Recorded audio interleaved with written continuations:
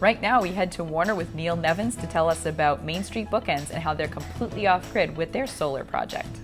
My interest in alternative energy was peaked back in the mid-70s when we had energy crisis of that time. Well, Catherine and I made the decision now 6 years ago that we needed to transition to solar here at the bookstore. So we put in a 11.5 kilowatt system. It allowed us not to have an electric bill. So for a small business, each month, saving on electricity is, was significant. So since in the past 6 years, we've not had an electric bill. And the way it works here in New Hampshire is that when we overproduce, we bank credit. Eversource, our electric company, will bank credit for us. And we're able to draw on that throughout the year, and especially over the winter when we're not producing enough. Those credits enable us to be free of an electric bill for the entire year. And I think what that set up was a situation where we not only were able to benefit economically, but obviously there's environmental benefits as well. We're not dumping all this carbon into the environment. And we wanted to be a model for other businesses that you can make this transition and make it work both economically as well as environmentally. We became the second bookstore in the country to go 100% solar, the first east of the Mississippi, and certainly in New England. The first bookstore that went solar beat us by a couple of months, and that was a bookstore out in Tucson, Arizona. And we felt that, well, you don't have to try very hard out there. So this was even more significant. So we pride ourselves on being a model for other businesses, that this can happen. And it was cost effective thanks to a number of grants.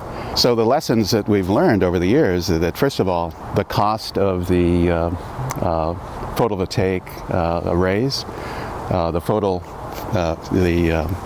panels here, have come down something like 70% just within the last 10 years. Just incredible.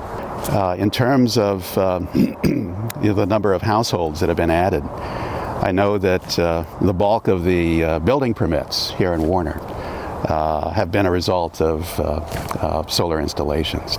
Every household, every business, for that matter, every town, now has the ability to be reasonably self-sufficient in the energy that they need and will need to use.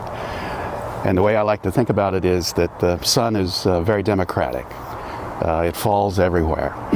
And we're getting a lot better in capturing the benefits of the sun. We've added solar capacity equivalent to basically 2 nuclear power plants. And when you consider, what it takes to build a new nuclear power plant, it takes something like 24 years to complete, as well as the impact of the environment. You avoid all of those negatives, and which solar does not have. And yet, just think about, just in 4 months, in 3 months, we've added on that kind of capacity. So this movement is already on its way. And at this point, solar is competitive with everything else. And certainly it's competitive in respect to coal, it's competitive in respect to nuclear, and it's getting very close to being competitive with natural gas. And I think, again, you avoid all of the negative aspects of these, power production that's based on non-renewable sources of energy. And so the renewable path is already developing.